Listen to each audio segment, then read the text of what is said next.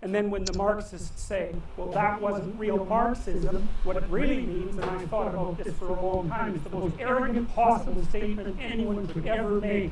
It means, if I would have been in Stalin's position, I would have ushered in the damn utopia instead of the genocidal massacres, because I understand the doctrine of Marxism and everything about me is good.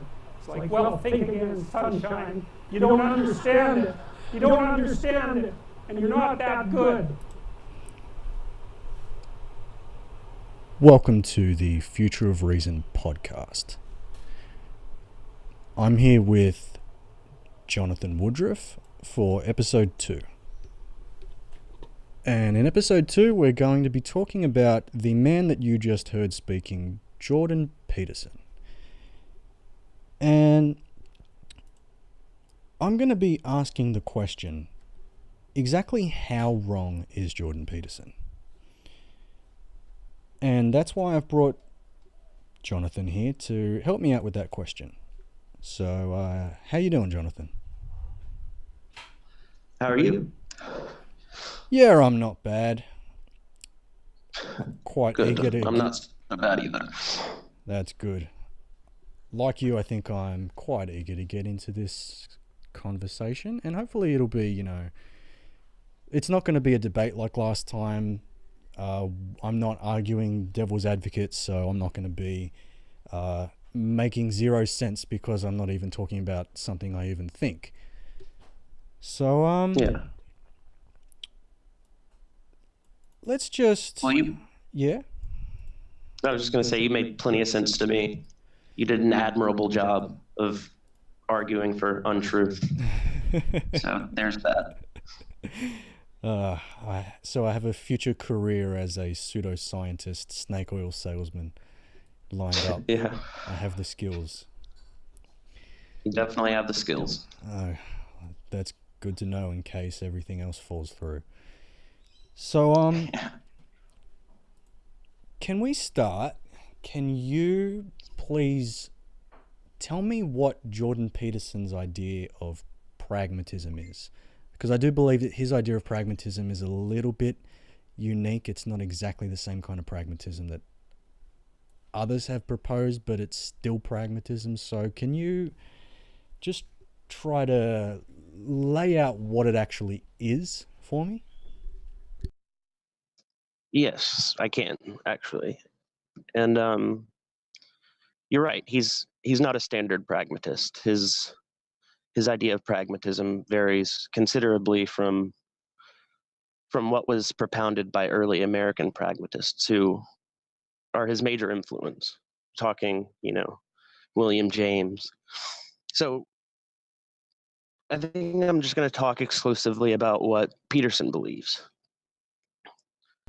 I don't want to get bogged down with technicalities. But to preface what I'm about to say, I just want to make a note of a couple of things. I really want to nail down exactly what Peterson believes because it's clear to me that a lot of people really don't seem to understand what pragmatism is, and they certainly don't understand what Peterson's idiosyncratic version of it is. They don't seem to grasp that he's actually denying the efficacy of scientific truth. But it's crucial to note that he's a pragmatist who opposes realism with what he calls a Darwinian ethic. Realism is merely the belief that truth corresponds to the world as it actually exists. It's merely the idea that there's a world outside of our subjective experience that exists no matter what we believe. Once you take that to heart, it's easier to understand what he's arguing. He really is denying the validity of objective truth, and he's doing it in a way, I'll argue, that makes very little sense. So, Jordan's argument begins with the premise that our current understanding of the theory of evolution tells us that we are an imperfectly evolved primate species with a limited capacity for perceiving what actually exists beyond our own subjective experience. We did not evolve the traits and the characteristics that we have, specifically because they allow us to access reality as it exists beyond our own consciousness. Rather, traits are selected for because they promote survival. Though presumably we did evolve traits that allow us to interact with reality at some level, and, as I will argue later, There are good reasons to believe that the traits we did evolve are quite useful in affording us an understanding of objective truths. Peterson uses this premise to arrive at the conclusion that Darwinian truths are the only truths we can trust because they promote survival. He makes this claim explicitly. He argues that objective truths, for example, scientific truths, are only true insofar as they promote survival.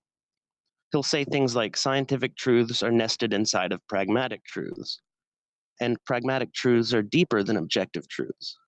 When he says that scientific truths are nested inside of pragmatic truths, that's just another way of saying that scientific truths are only true to the extent that they promote survival. He's doubling down on his central claim. He says that he's fine with science as a scientist, but he still believes that scientific truths are bounded by an internal ethic, namely how useful they are. He defines utility, of course, as the extent to which something promotes survival. So he really is denying objective truth. He's denying our ability to access objective truths. And he's subordinating the classical definition of truth, or the correspondence definition of truth, with Darwinism. And that's essentially his central claim. So you're saying that the sciences use the correspondence theory of truth, or the correspondence conception of truth. Did I catch that right? Yeah. Okay. Definitely. Okay. What's the simplest way you can explain the correspondence conception of truth? Is it what you already said, where you said that the truth is a reflection of reality? Is that what you said? Yeah, that's basically it. It's just the idea that truth corresponds to whatever actually exists. It's totally independent of human consensus or opinion. It scales with reality, regardless of what we think, regardless of how much it promotes survival or whether or not it serves the Darwinian end. It's just truth is whatever corresponds to reality. I can think of some ways that truth being subservient to experience and consensus. I can think of some ways that you could say that is. I can think of some ways that you could say that's what truth is. So humans experience love.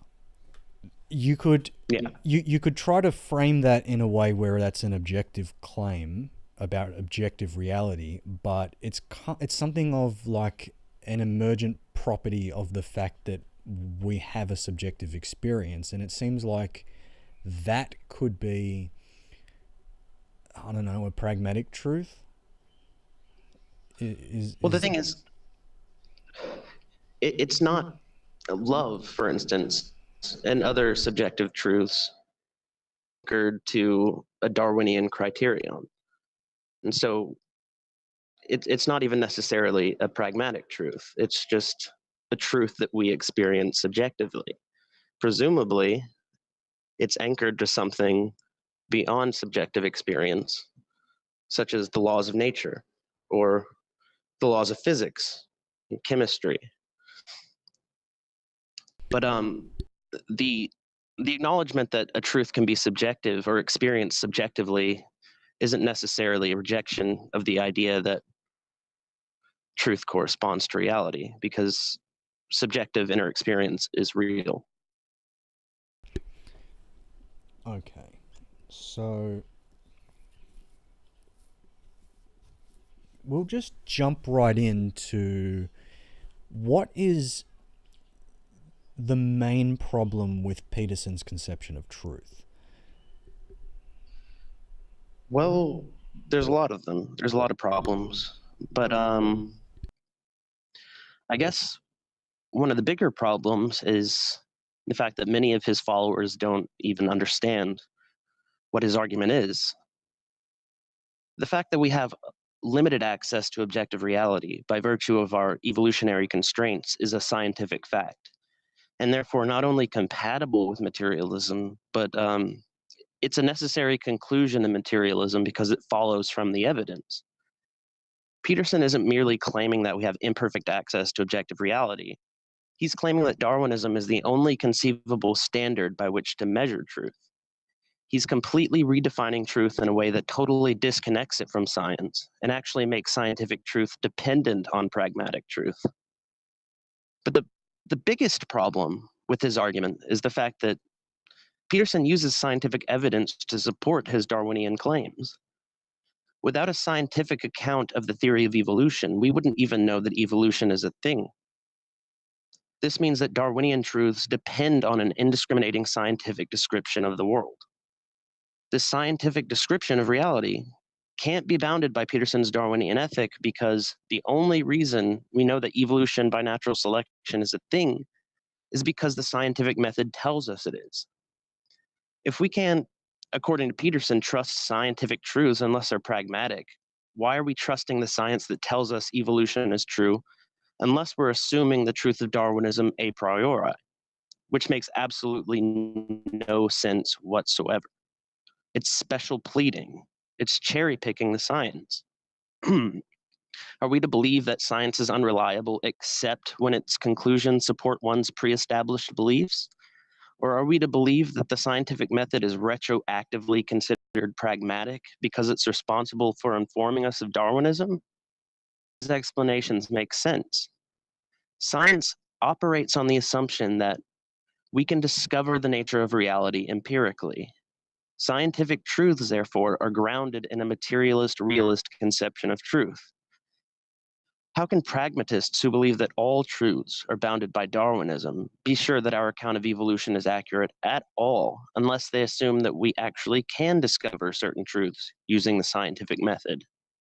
And if Darwinian truths depend on scientific truths, then contrary to Peterson's central claim that objective truths are nested inside of pragmatic truths, the exact opposite is the case.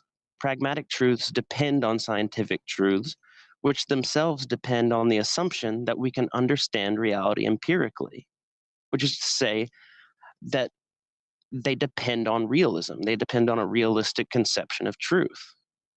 This makes the very concept of pragmatic truth superfluous and incoherent. Now, another thing I want to point out is that Sam Harris raised this very criticism in his debate with Peterson. And Peterson's response makes it abundantly clear that he has no rebuttal. In fact, Peterson all but conceded his entire argument when confronted with this criticism. I'm actually going to share the timestamp for that, if that's okay. Yeah. For those who are interested. Yeah, go for it.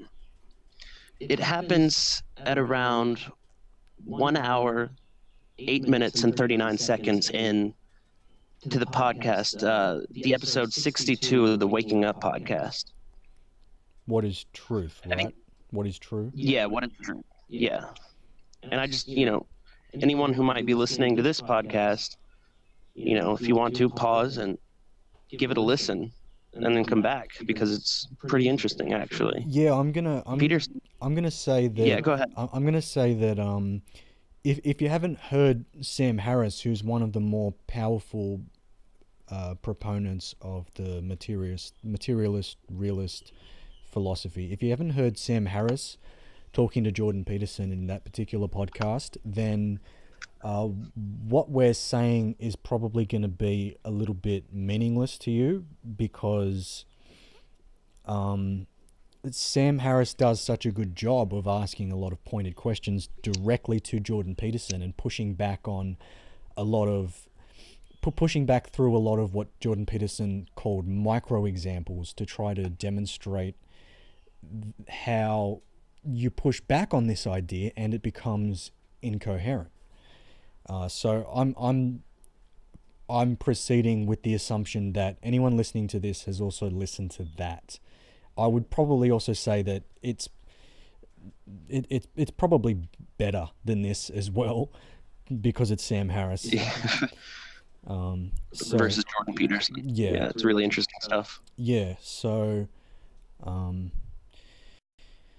so so Jordan Peterson himself, you think he hasn't even considered this particular criticism of his idea? Is that what you're saying? Yeah, no, I mean, I I mean, we don't think that can't. he. Yeah, I mean, we can't like know exactly what goes on in his head and every single thing that he's done, but that would be a fair assumption. Yeah, I mean, he's obviously taken aback, and it's immediately obvious that he had never anticipated this particular objection. I mean, in his response to it, he praises Sam for pointing it out, and then he proceeds to admit that he doesn't have a good answer for it.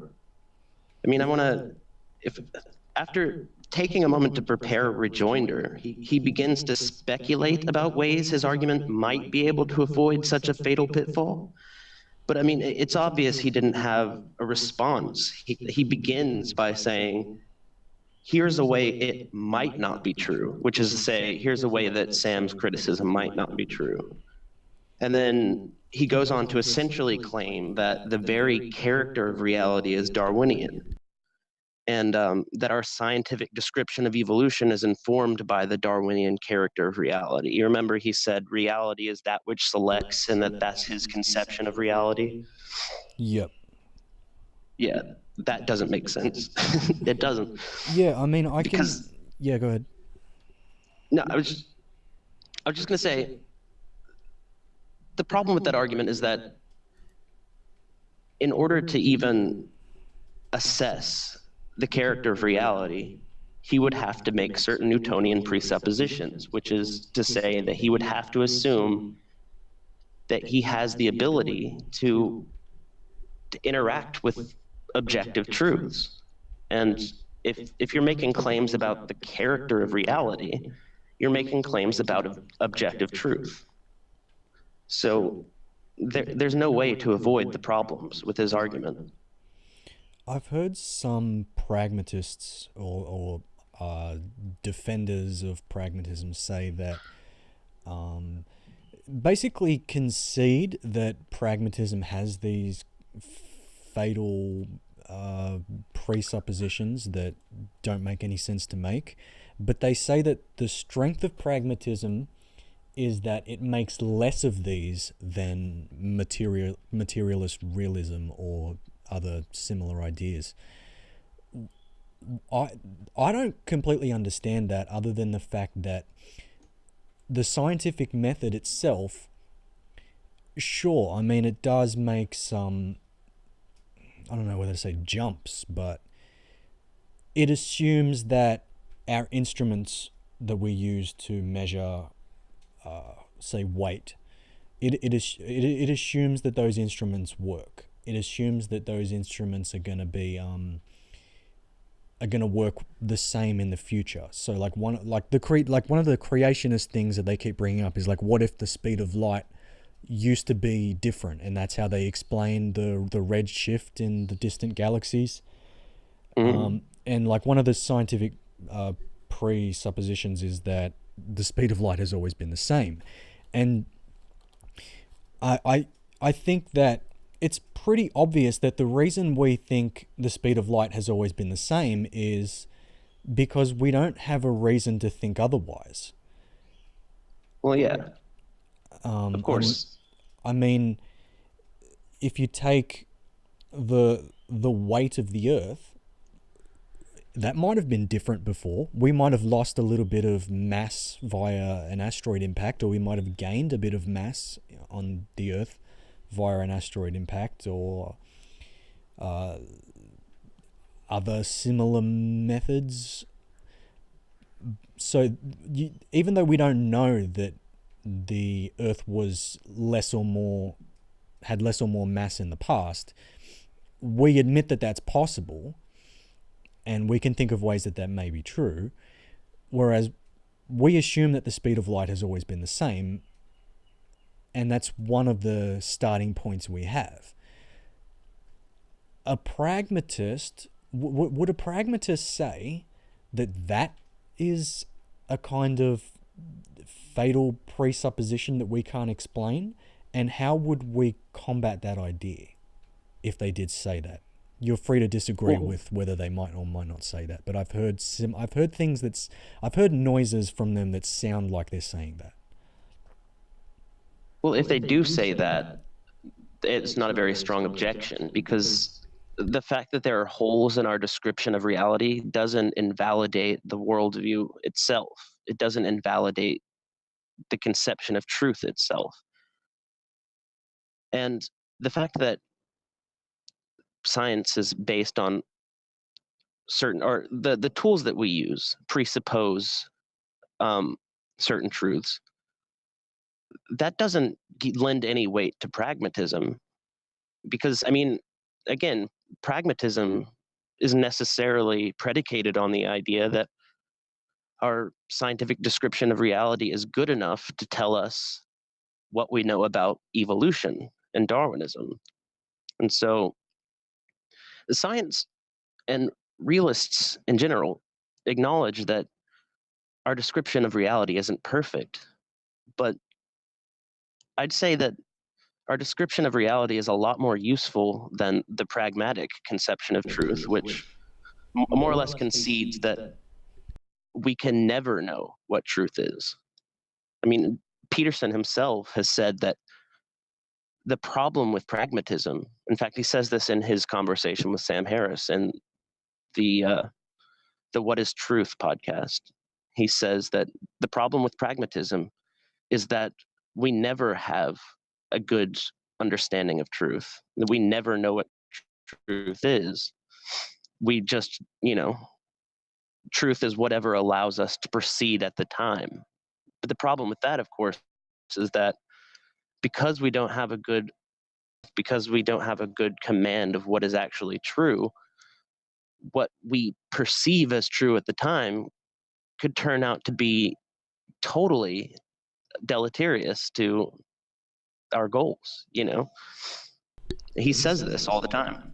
Yeah, it seems like what is useful to promote survival, or that which selects, that which is selected, it seems like that which is selected is extremely vulnerable to sudden shift in what is selected. Like, something could be useful until all of a sudden it's not.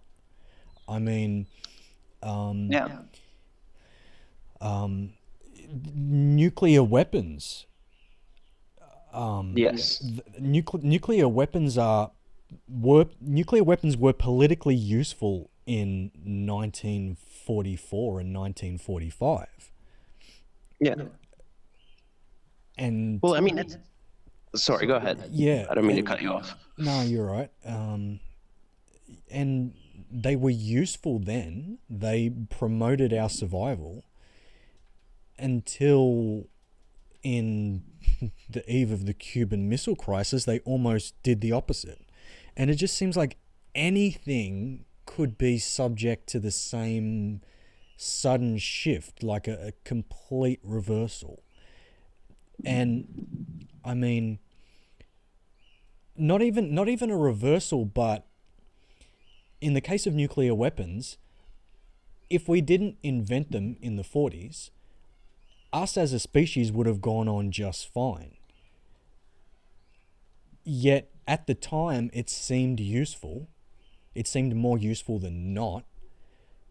But that was like the first true existential threat that our species has faced since the Black Death. And it just seems that something that could be useful could turn out to be like a trap. No, yeah. It actually raises an interesting question, because you're right, nuclear weapons do present an existential threat. But imagine the Soviet Union had invented the nuclear weapons, that they had invented the hydrogen bomb. Would what would Peterson's response to that have been? I mean, would he have just plugged his ears and covered his eyes and say, "That's not true"? That's true. That's not true. That's impossible. He seems to believe, because the very existence of nuclear weapons is so potentially harmful that, according to his pragmatic philosophy, the only reasonable response is to disinvent them, I guess. But if the Soviet Union had invented nuclear weapons, then the only reasonable response from the West would have been to create our own as a deterrent. But that would have created even more of a potential danger in the future, because there are more of these nuclear weapons. But still, we couldn't have gone on as a civilization allowing Russia alone to have these weapons, because that's more than a trump card. That allows them to own the world. A Russia that has nuclear weapons and no one else has nuclear weapons, that's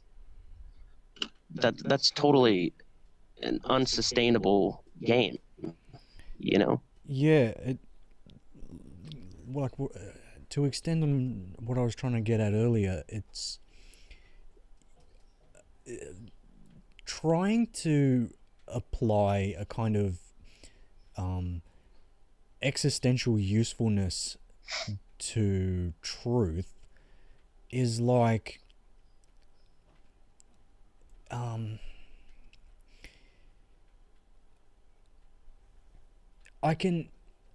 it doesn't help us in going forward, I don't think, because when we look back at history and we try to discover, I guess, like nuggets of wisdom, like don't give absolute power to any one person.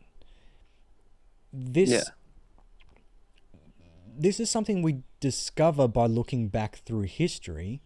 It's not something we need to discover by doing. We can figure it out through other means, like 1984. We can look at 1984 and use that as like a thought experiment to figure out things that we should not do going forward. And we can plan the future without having to experience, without having to put our ideas to the test at all.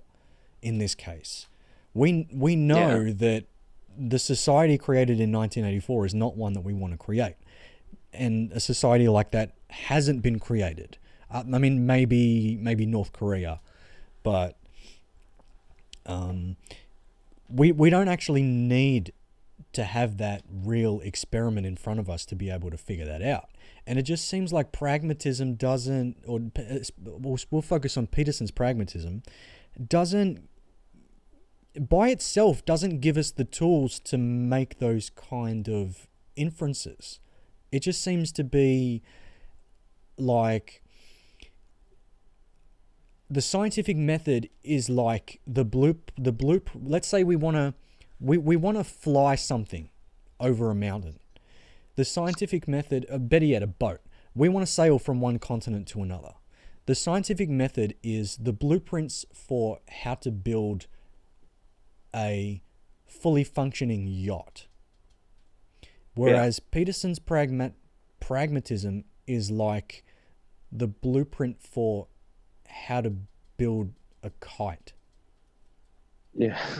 It's just something that's just going to dangle in the wind until it drops. It's not a structure that allows us to go forward in an intelligent way. It's just, all that it allows us to do is post hoc rationalizations. Yeah. Well, this is another thing Sam brought up in his podcast. Peterson's pragmatism doesn't allow him to see the world as it is. I mean, anything that isn't useful, anything that doesn't directly serve some Darwinian end is not true, or it's not sufficiently true, as he sometimes says. And so he can't look at he can't look at the negative things in history or the negative things at present and acknowledge the lessons they might provide, because theoretically these things aren't true at all, and they just have no they they just have no basis in reality. But I mean, you and I both know he does acknowledge these things, so it becomes a mystery how his philosophy operates at all. Because I mean, he has this definition of truth, but he doesn't seem to apply it in any realistic way, and he definitely doesn't apply it consistently. I mean, he has access to the full range of truths realists do. He gets to say, based on convenience, what is true and what isn't, and it seems that he does this almost as a way of controlling the truth himself, because this obviously gives him the power to define what truth is, and he uses that power. I mean, he has used it to define Christianity as true. He's used it to say that this ideology is the optimal heuristic for living one's life. And he sort of preaches it as though he were a preacher, you know? He like he's some sort of self-help guide. He has and that he energy takes these about him. lessons. He has Yeah. that- yeah. No, yeah, definitely. I mean, it's strange. I mean, do you see how what sort of application his definition of truth has that actually makes it practical or pragmatic? Because I don't see him doing anything but denying that certain things are true and that other things are true. But I don't see how it's useful in any way. Especially not as a tool. It doesn't. I don't see where it gets you. But it seems like everything useful that he actually says, like all of his criticisms of Marxism and social justice and his work into personality and psychology, a lot of the really interesting little points that he manages to come across, like the point that I heard him say that like the alt-right is identification with the father, the authoritarian, judgmental father. Yeah. And he compares that to Marxism and socialism, which is the opposite. It's the identification with the mother. And that's the reason why these two ideologies are unhealthy, is that they're not complete and balanced, and that the point of going forward is to try to come up with like a synthesis of the two. And when he comes to these kind of truths, and he's got a fairly good academic career in terms of all the papers that he's created and the amount of citations they have, and he doesn't seem to get anywhere. He doesn't seem to get any of these things using his pragmatist truth. It's like to someone who, my first experience with hearing him talk about Christianity was on his first Joe Rogan encounter, on the Joe Rogan Experience. Yeah. And it just kind of came out of nowhere.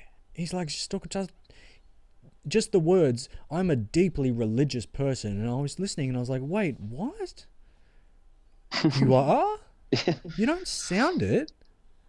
And then he starts Yeah. talking more and more and more, and it was like an entirely different person.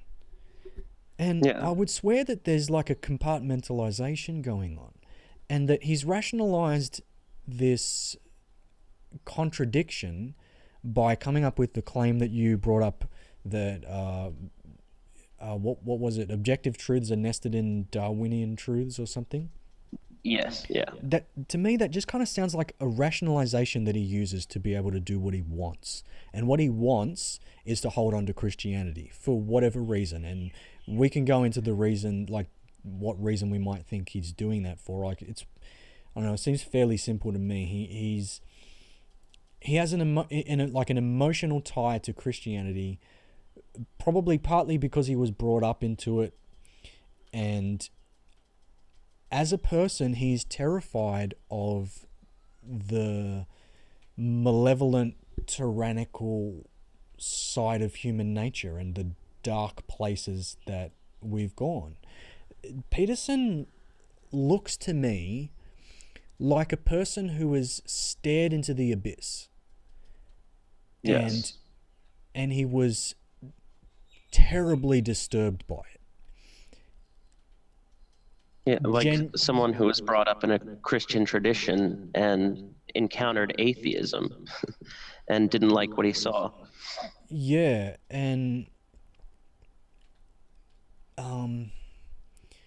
because he talks about the Gulag Archipelago all the time, and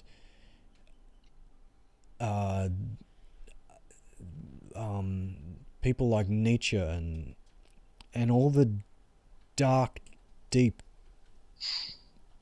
malevolent places that humans are capable of going to. And it seems like he's terrified of it. Like, I sense, I'm going to talk about my feelings. I sense I sense this terror from him when he talks about these things. Like, he's terrified of the human proclivity to go to these places. And I think that that's made him a little bit irrational, where he's fairly rational about a lot of other things. Like, he rationally understands why Marxism is bad, why communism is bad. He rationally understands the game that the social justice warriors are playing in his universities and in the Ontario courts and etc. And it just seems like what I said about him being terrified of human nature has made him irrational in this one particular respect, where he's come up with this special rationalization for Christianity, because for whatever reason he sees that as the only thing that can prevent humanity from going into those depths that he's so afraid of. Do you agree with that? Absolutely not. I mean, not at all. I agree with what you said, but I certainly don't agree with what he believes. I think he is scared, and many of us are. Many of us are concerned with the direction, Western civilization is headed. But all of the concerns he expresses are concerns that could be expressed by a realist. And all of the facts, all of the truths, all of the data he's using is data that was arrived at by realists, by scientists, by people who are looking at reality in an objective way. For instance, what you said about his response to certain ideologies, or the alt-right or Marxism, he invokes Carl Jung to come to those conclusions. And while I'm not particularly impressed by Carl Jung, I just don't think that his work is held up. Peterson clings to his ideas for whatever reason. I mean, he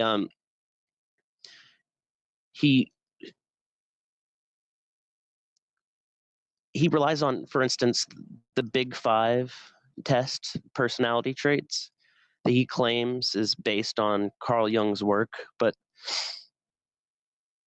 to the extent that the Big Five is successful, it's successful because it divorces itself. The more it divorces itself from Carl Jung's actual work, the more successful it is.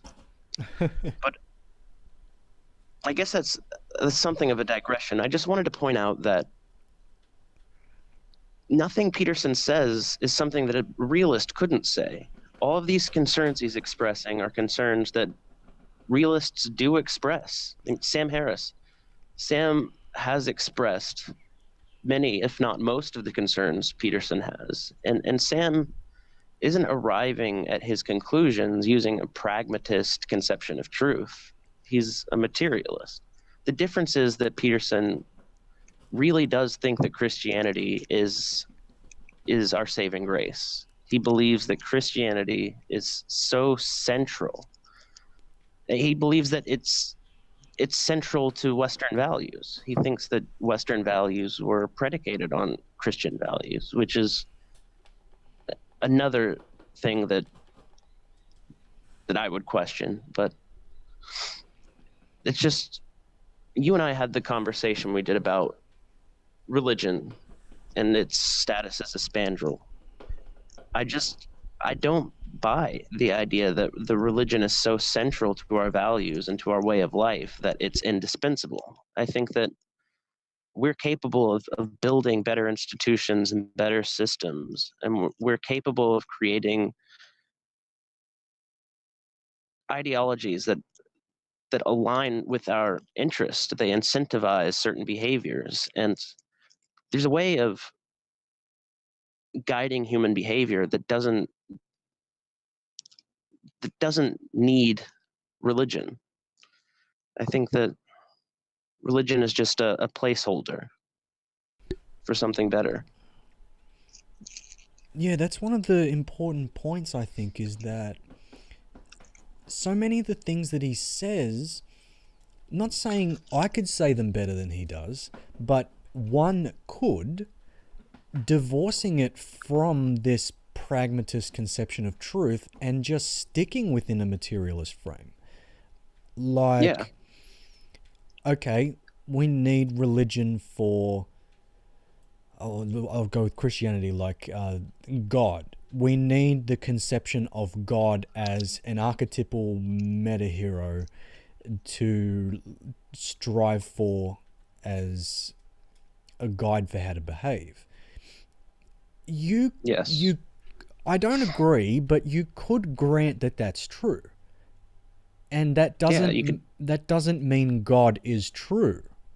You know, that's such a non sequitur. Absolutely. It's like saying, it's like a pantomime doesn't create a box by pretending there's a box. Yeah. It's useful to pretend there's a box, but you're still just pretending that there's a box. And that doesn't make there be a box there. It just seems like this illogical leap to me that one doesn't need to make. And it seems like he can't seem to stop making that leap. Yeah, that's a great way of putting it. So you said that one of the good words you used was superfluous. You said that the pragmatist conception of truth is superfluous. Yeah. I think that what I'm getting from everything that you're saying is leading me to best describe the pragmatist conception of truth as superfluous. So how would you, if you take one of Peterson's points about the the postmodernists and the way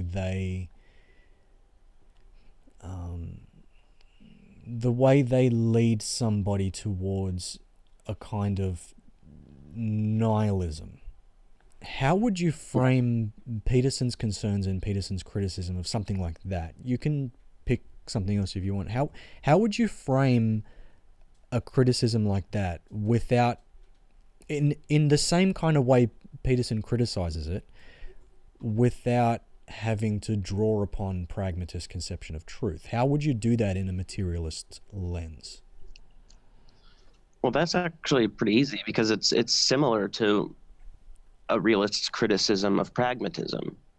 I mean, the interesting thing about his conception of pragmatism is that it's not too dissimilar from the postmodernist rationalization of rejecting objective truth. I mean, a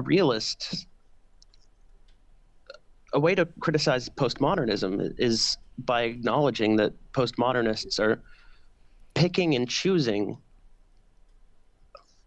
what they want to be true.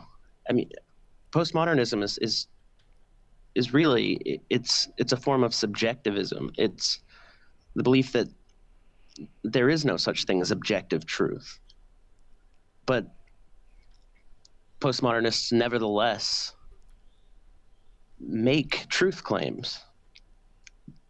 It's a total mystery what the basis of their truth claims is, but they manage to make these truth claims, and it makes for an incredibly inconsistent worldview. They're rejecting objective reality. They're rejecting the power of institutions. They're rejecting authority, and they're rejecting authority full stop. And so they're rejecting scientific authority. They're rejecting the idea that we can access reality at all. But despite this, they nevertheless issue criticisms that are based on some conception of truth, but postmodernists never bother to delineate exactly what that truth is. And so it totally invalidates any kind of claim they might make. If they can't even establish what the basis of their worldview is, if the entire premise of their worldview is the rejection of truth, then it seems to me that there's no reason to buy what they're selling. I mean, it's an inconsistent worldview. It's really simple, actually. I mean, is in a much better position to issue criticisms of postmodernism than pragmatism, and that's probably why Peterson issues criticisms that make use of a full range of realistic truths. I mean, when he criticizes postmodernism, he's drawing from the full range of truths we have at our disposal as realists. And so another thing we talk about this a lot, but Peterson's pragmatic truth is grounded in the idea that only that which promotes survival is true.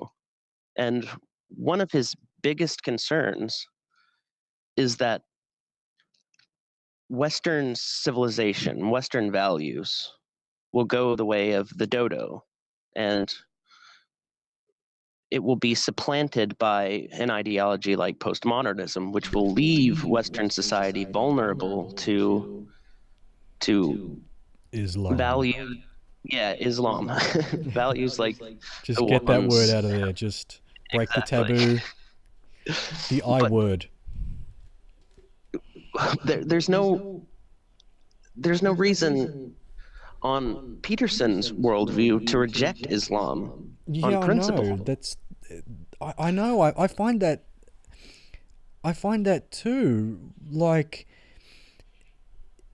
you said this, that Islam's doing a damn good job of rolling through Asia and Africa, and their societies are, once they've actually secured a territory, they're remarkably stable. That a place like Yeah. Iraq or Syria that has instability, not to go all Glenn Greenwald, but it's because of the things that the West has done in those particular instances that the instability exists. If there was no Saddam Hussein that was installed by the West, then, al-Baghdadi would have just risen to the top and he'd just be running the country under strict Sharia law, and they'd be fine, and they could outlast us. Our very conception of science could be like the nuclear bomb, like in when Sam Harris was talking to Jordan Peterson, and they brought up the smallpox and weaponized smallpox and how that could lead to the destruction of humanity. It could be like science itself could be our forbidden knowledge if you grant some of Peterson's assumptions along the way.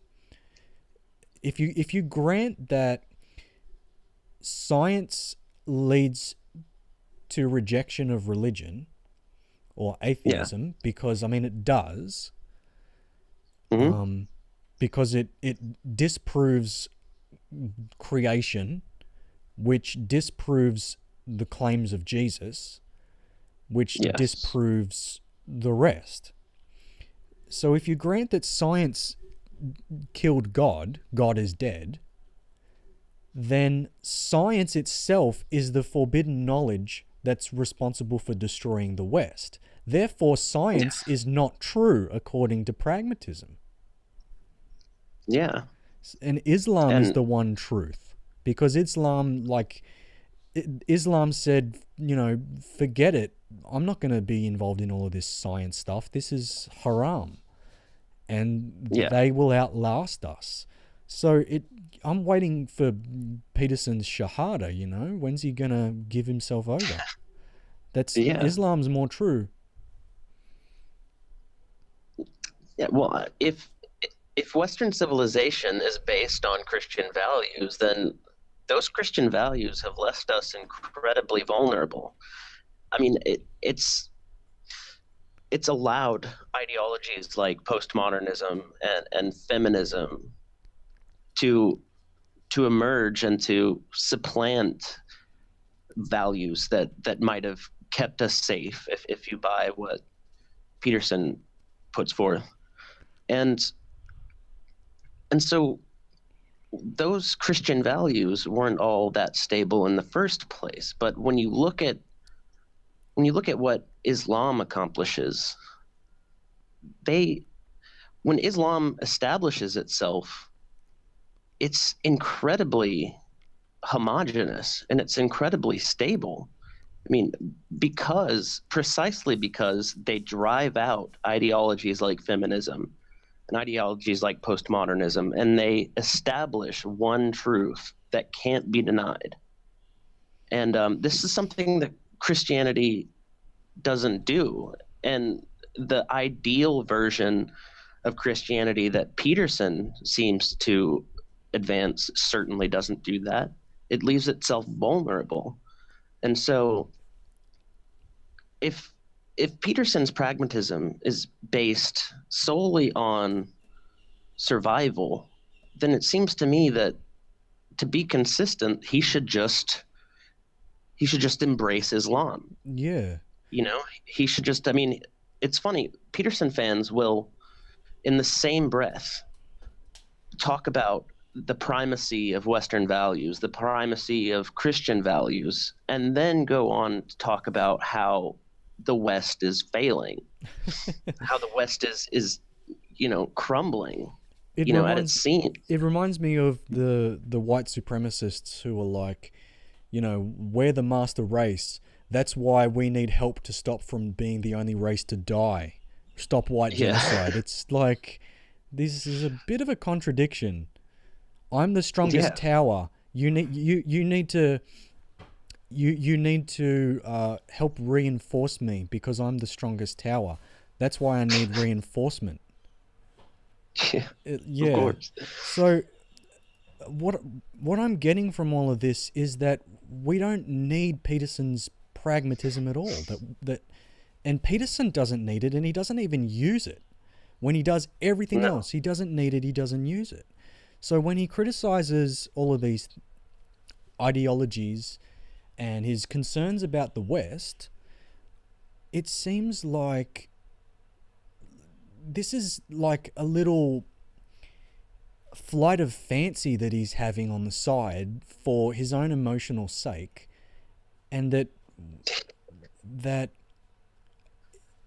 he just needs to stop. And we can we can do everything that he's doing that you could commend could be done without his version of pragmatism. At this point, I'm mindful of the time. I don't want this to run too long. We could probably talk for 2 to 3 hours or more about this. I don't want to make this too long or obnoxious, so Yeah.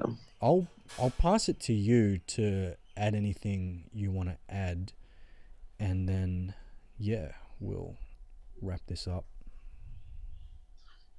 Well, I'm not sure that there is anything worth adding. I think that we've covered quite a lot. We have. You know, what we have covered is substantial. I think that we've said everything worth saying. I'm actually surprised. We covered a lot of ground.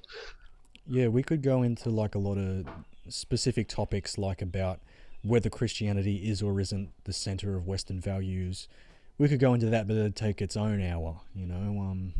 Yeah. So I think we've arrived at a good place. So to answer the question we started out with, exactly how wrong is Jordan Peterson? Well, he's wrong in a fundamental way, but it's kind of like a cancer that he could remove. He could just he could just stop with that part. He could just be saying everything that he's saying until he gets to religion, and then just not say that, and then just keep on saying his criticisms of Marxism and postmodernism and his concerns about the future of the West, and his concerns about the meaning and value vacuum that has become a bit of an issue. Yeah. Yeah. No, I mean, he's right about 90% of what he says, but that 10% is very, very wrong. Yeah. It transcends wrong. It's just it's not even wrong. Yeah, not even wrong. Yeah. All right. Well, I'm gonna wrap this up. So, thanks for joining me in this. This was, I think, useful and quite interesting. And I hope that anybody listening to this gets some value. That's ultimately what we wanted to cultivate. So, thanks again. Thank you.